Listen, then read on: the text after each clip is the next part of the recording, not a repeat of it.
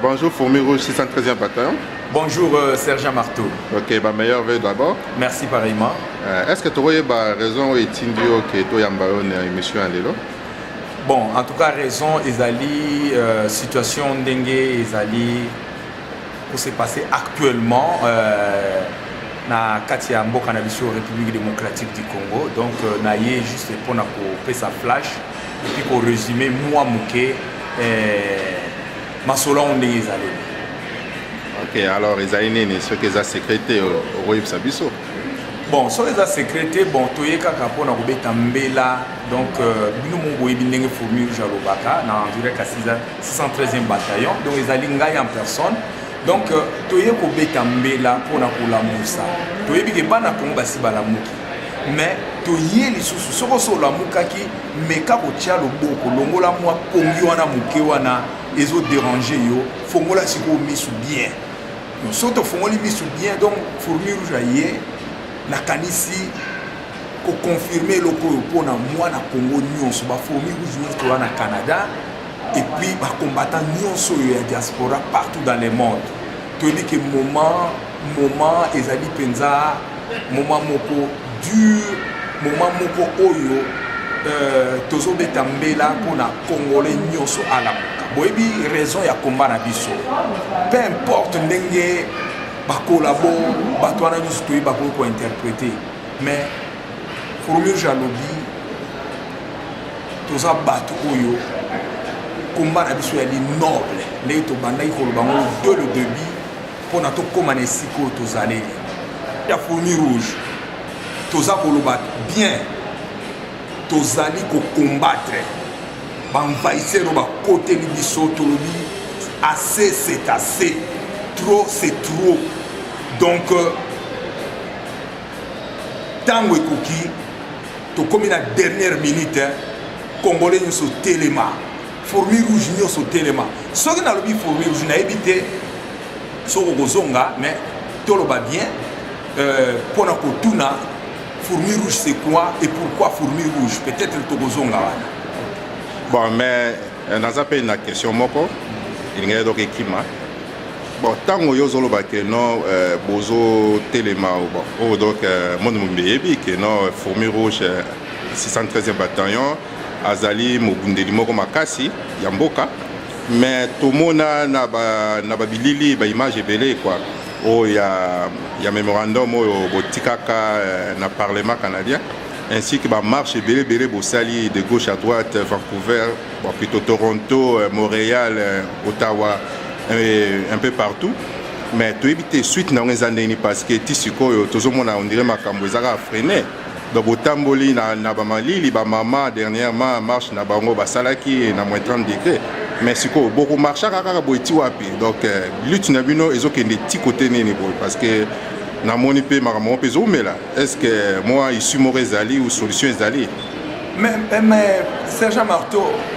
makambo ko umela na éviter pona. Bon, ngana zo so langage wana plus c'est ça langage moko ba collaborer bazoya nango pona pour affaiblir o benga do collaborer na bengi o collaborer parce que na yebi que o ramasser discours oyo na balabala o ramasser ngo par-ci par-là na yebi ko za collaborer o sala musala na yo mais na lobi bien que langage pe discours oyo pona ko affaiblir ba marche tozo sala ezo ruta na source moko boy mais Congolais pe nyonso pe biso to yebi ke ezana be fait ndenge to alia wa lelo yo soki tolobaka na mokuse soki un député belge na kombo ya Louis Laurent si je ouais, oui Louis Laurent a telemi pour na ko décortiquer ko dévoiler pour la vérité devant ma collègue naye devant le gouvernement belge sur le Congo. Donc, ezali ba résultat, il y a ba marche autozali kosala. Ezali résultat, il y a ba manifestation autozali kosala. Ezali résultat, il y a ba conférence oyo ba congolais de partout autozali kosala. Dire que ba marche ba biloko nyonso wana et moi je ne suis pas d'accord avec ça. Je sais que en tout cas, à niveau de commis, to réveiller pendant le monde entier, to réveiller même le gouvernement canadien, raison pour laquelle bon moni même mon quoi na Congo ya Fabien donc héros du moment Fabien Kalala bakanga qui est alors ce qui biloko to osala et ça là qui je ne pense pas que le gouvernement pourrait mandater même un agent sur le terrain pour la libération il y a une déconabiso héros du moment Fabien Kalala a rejoindre biso na Canada mais là na évité ko mais la sorte des alliés na sensi bazo mais le Tunisie tous un exemple la Tunisie 30 ans plus même dictateur wana vandaki asali nyoso ko ko sala mais jour à libération ezalaki il faut tout comprendre le quoi le jour ya libération ezalaki pe jour en haut ya zo ki ngolo ko ya diseki mais ezalaki départ na ye mais biso 10 ans c'est rien mais toza déjà la situation en main 10 ans c'est rien toza la situation en main parce que il y a biso ezali rapide donc ce qui va tout ali pressé bazo lo bezo ou mais là mais pour ngai en tant que fourmi rouge tu es dit que ba fourmi rouge toza déjà na 4 il y a sillage na ça mais ça na mbeto kanambe partout aux alliés déjà donc tu es dit que to libérer mboka na biso. En tout cas mais commandant mes questions mususu pe bato donc batunaka boni bino bozo bundela mboka na libanda OK ba lutte ya makasi ya bien et bandaka ndelo na kati parce que bozo marché na libanda tout ça bon mais il fallait de bozo na terrain ou soit population o nyo tout bazali na Congo et bon bango ne basala musala wana mais Sergent Marteau mais c'est clair ce qui est là nazo so kaka exemple za récent donc ce qui est là lui Laurent a tellement pour na koloba akendaki na Congo te ezali événement hier à Moni et ils salami na kati ya Belgique par ba combattant na kati ya Belgique oyo ngai na kobenga bango ba scorpion ba combattant scorpion à Belgique donc basali ba opération musclée ya wana y arrivé que les autres députés wana aloba po akoki ko supporter te oyo à vivre auprès il y a ba combattant scorpion mais OK papa biso surtout total qui moi image yango to mona ki na kati ya salle ou na kati conférence wana azaleka ka yemoko soko tali bien maboko kaka mutu moko abetela ki maboko donc bango surtout bazaleki pour yango te mais bakoko betela ba congolais maboko te oye bien mo bien que lelo tozali isolé tozo bunda bitumbo yo biso moko bana Congo sans intervention il y a communauté internationale sur le bâtiment Monisco kuna cela veut dire ba belge bazo zongisa na colonisation cela veut dire bazo ko coincer parce que baza na mission oyo baza nango na Congo pour nous séparer Congo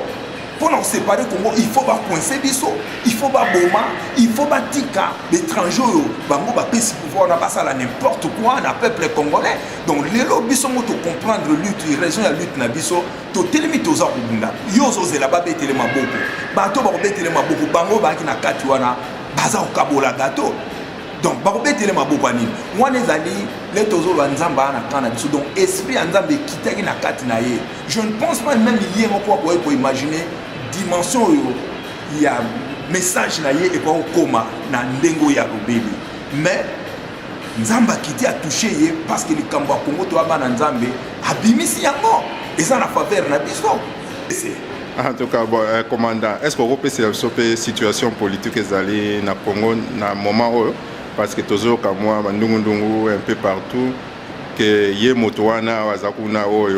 oyo atingami na pouvoir azotikela te papa na biso Tshisekedi que paraît azabienté ce qui n'est ni peut-être ce qui aux na moins information mais Sergent Marteau papa Tshisekedi amela kadiamba te papa Tshisekedi azali na lobby te do pona papa Tshisekedi na lobby pona moto mosusu wana zo répondre pona loba clair ezali Kanamba alias Joseph OK bon wana yo moto lobby ndengo OK zo répondre yo que papa Tshisekedi amela kadiamba te c'est un homme sérieux raisonnable vous comprendre hein? Donc à vie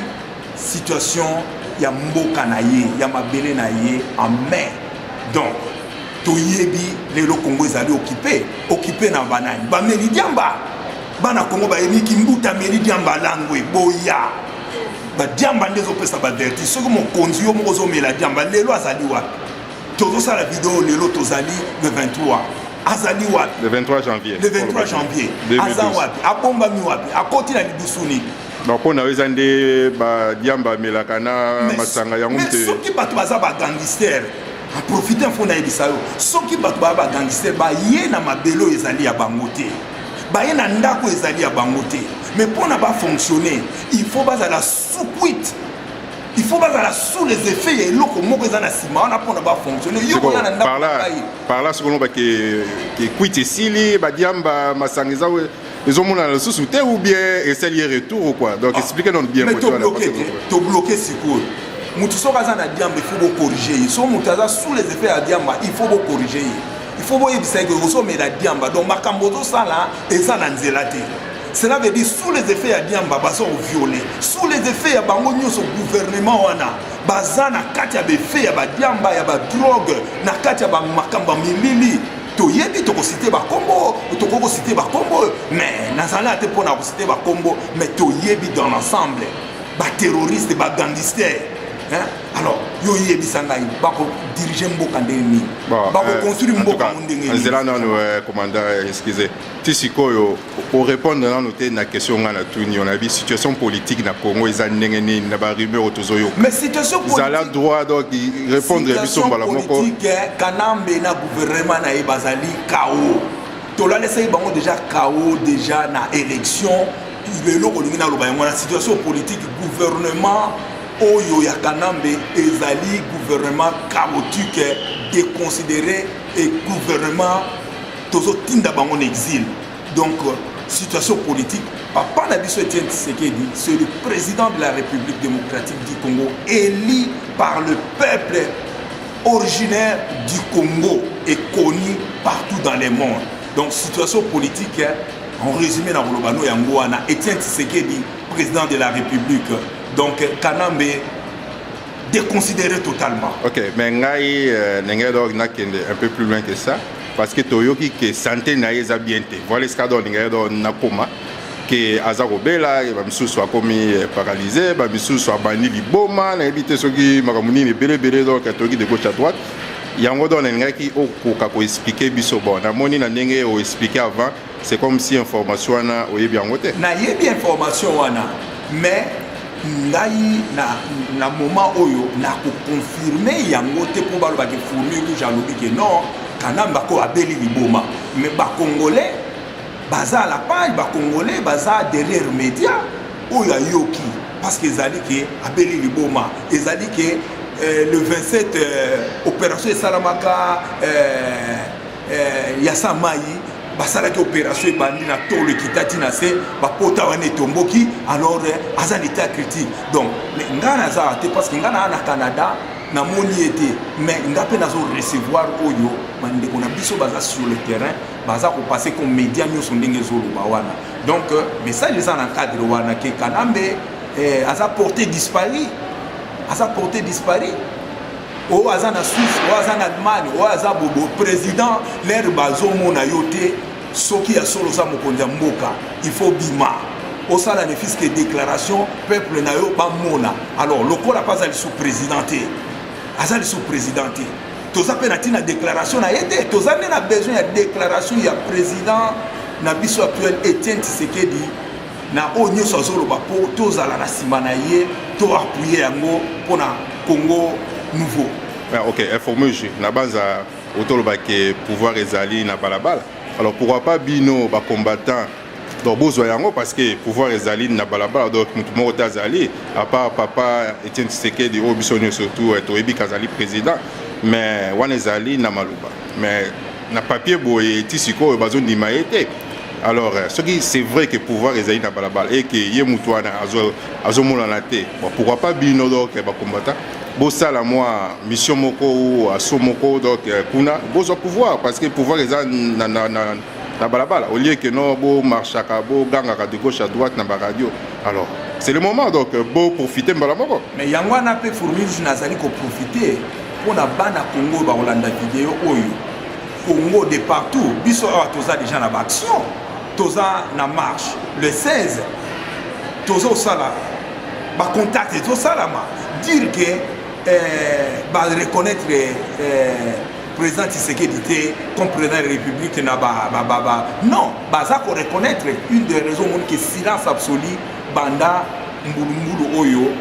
alingi pour s'imposer comme président de la République démocratique du Congo. Yo so qui pays ni dans le monde entier batinde les messages à félicitations. Pays ni dans le monde entier va encourager le Kouana. Belgique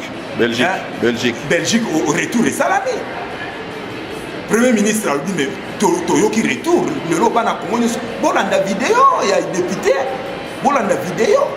va répondre rien complicité à Belgique na situation ndenge za na kati ya Congo. Alors message de félicitations et ça na nzela te wana ezaki flatterie pour ya kanisa kike soki ya tsali message premier ministre belge a kanisa soki asali message wana ba congolais to ko se laisser faire comme na diaspora to ko se laisser faire mais amoni vraiment que donc non azalaki na katerere na ye wana pa utukozwa réponse ya lui Laurent si soki na bobosa na Congo te. OK, bon en tout cas émission na biso pe ezokende na suka. Alors toyokaki message mususu wa na Canada awa surtout na Ottawa que okotaki na radio moko na otanga kombo te ou soit sur yo moko sepelo otanga kombo oloba et que monguna moko akotaki ou bien azali na peut-être soka bimi déjà ou quoi na église moko na otanga pe kombo te na peut-être soki information oyebi yango parce que balobi ebele que yo olekaki na radio wana et que olobi que église wana baza en collaboration na ye moto oyo auti na Congo oyo gouvernement ya kuna obisonyo surtout toyebi ya mabe qui atindaki soi-disant collabo wana bon na éviter yo salaki ba déclaration moko et choqué bato ainsi que église wana na éviter ce que rolobelo moko. Bon déclaration na ngai Serge Marteau et choqué bato te parce que actuellement congolais ne sont prêts pour le changement donc mais et toucher juste couche ya bande konangai oyo baza kosambela na kati église wana pour ne pas citer les noms otanga te poni mais tanga kona ke batutu donc c'est là église ya ministère ya combat spirituel tokobeta maloba te eza kaka mamolangi te toyebi ke ba pasteur congolais bazali corrompu soki ba pasteur oyo aza déjà na 100 200 300 tili kolo kuna et que azwaki mbongo message oyo esengeli a passer na kati église aza ko passer yango te. Cela veut dire que les Congolais nous soient conscients sur le terrain que, en tout cas, passer va corrompu. N'a évité que Maman Olangi a travaillé en partenariat avec le gouvernement en place. Est-ce que vous avez des preuves parce que beaucoup de gens ont preuves parce que le ministère du combat spirituel, quand même, ils ont dit ministère organisé. Bazan a site. Ils ont dit que fourmi rouge mutalobiango. L'herbe événement ne salamaki que Mouzito, Mouto Rwandais, plus pire Rwandais autoso benga roi. Va se présenter dans le ministère pour un événement là et puis va confirmer en haut. Moyena va sac à l'osso, plus de 300 poulets, 200 sacs à l'osso. Pour corrompre le peuple chrétien, au bazo ya kosambela, bozo memela bango va sac à l'osso, bozo memela bango va poulet. Tolo bate, totika bande on a biso baza okufa. Totika ba mama na biso baza ko violer. Mu colonie mama olanga fongola ki ne fiske mungongo na pona ko yebisa ba membre de l'église na ye bandeko ba ndeko. Zana komanda yo pona yo olingi nini? Olingaki ke aye aboya kado wana basaki loso wana na ba karto ba soso aboya ngo ko. Bon, sikoyo mutu aye na ndako na yo abomeli yo bana na yo a violer bana na yo abasi. Alors aye lobi kana kati ndako na bibo malgré na bomaki zwa mwasaki aloso ngoyo est-ce que ekosala bateau ba kufi Mamolangi asa quand même une grande personnalité na kati ya République démocratique du Congo peuple congolais baza s'attendre na quelque chose par rapport à la situation oyo peuple aza ko vivre baza ko s'attendre na quelque chose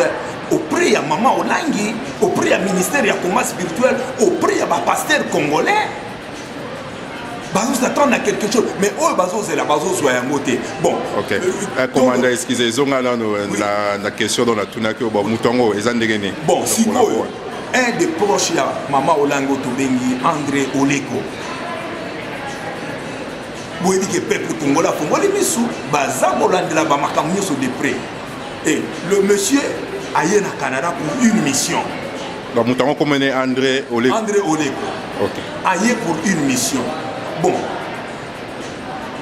Les combattants, les fourmis rouges vont aller partout. Message est comme les biso a. Si vous totika mission na yaki nango pour nous séparer. Résistance pour na kokotisa moi mobulu. Na kati ya lito toza ko mener. Alors fallait totika tokanga munoko parce que toza na bande kona biso na kati ya ministère ya combat baza ko bungela mboka. Non, tosali musala na biso. Oyo eza ya ministère ya combat spirituel nga nasambela kuna te etalinga ite mais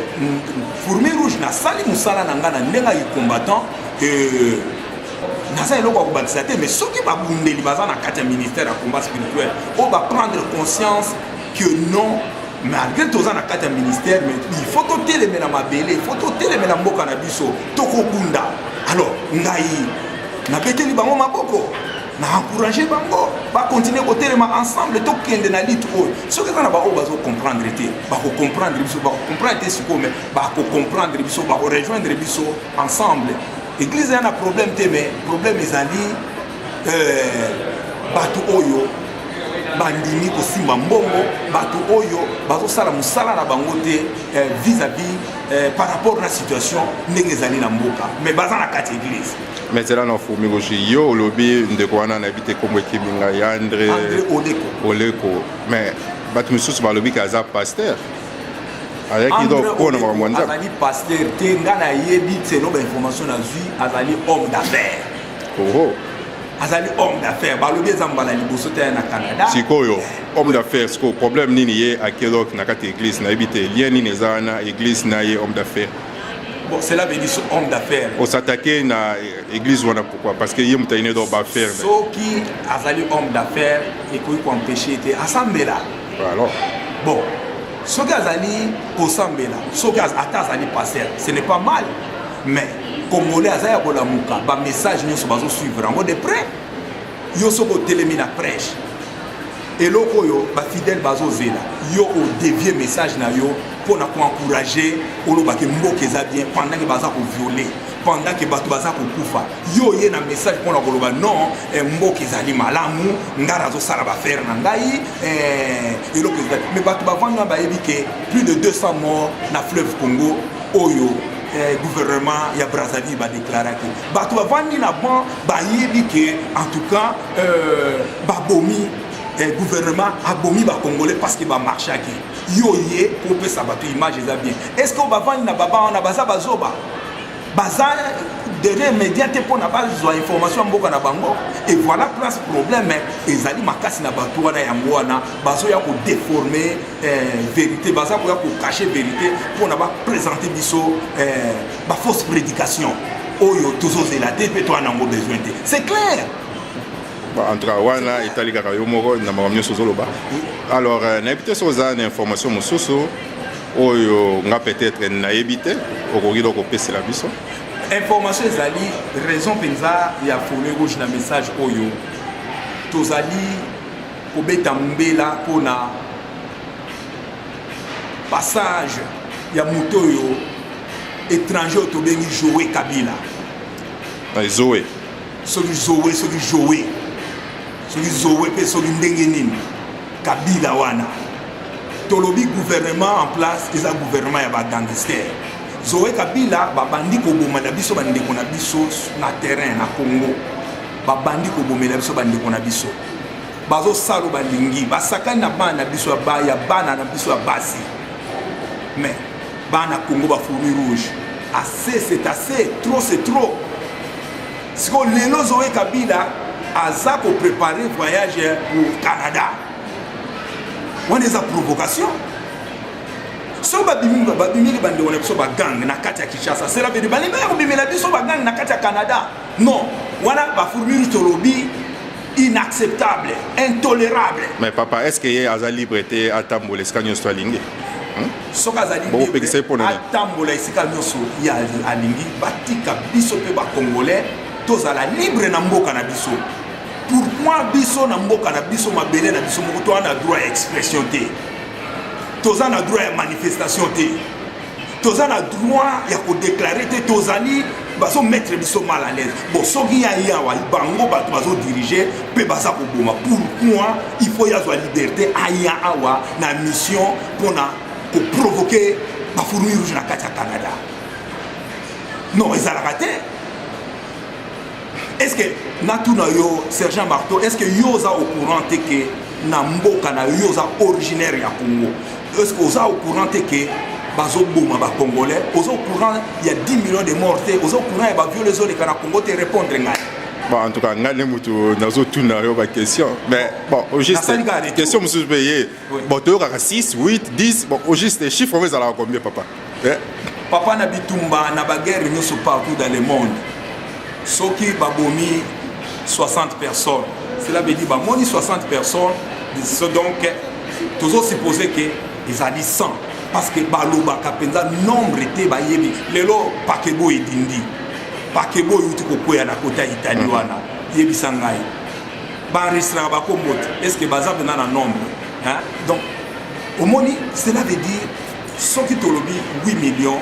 soki tolobi 10 millions tolobi 8 millions eza ba chiffre moko ezala ko marcher ensemble ma bende toloba 1 million wana penza to diminuer mais soki tolobi 8 millions 10 millions cela veut dire eza 10 millions plus même parce que moi les amis d'après ma recherche par nombreux yo par organisme ONG baza ko pesa biso mais oyo bango ba monité toko kena même na 15 millions. OK papa date sur ezaka ye mutongo aroya mu colonie mais toza na besoin de aroya mu colonie message ezali jouer Kabila place aux ali oyebi ko bomi bande ko na biso bana Congo oyebi yango bien bauto tuna motuna awa soki réellement yo oyebaki ke ya solo grand frère na yo azokamba mboka na kanisi tokoloba likamba 8 millions te mais ezaki joie na bino esengo na bino bobini likolo ya ba mort ya ba congolais pe bozo continuer ko bina likolo ya ba violo yo ya ba mama na biso alors oya osala ni na Canada oya osala ni alors yango wana soko kanisi ke ozo ya Canada ba fourmi rouge ba combattant diaspora congolais tolobi na yo otia na o makolo te to mi bongisa mi pe tozo mi bongisa mara jour au jour ato tamboli na voiture parfumée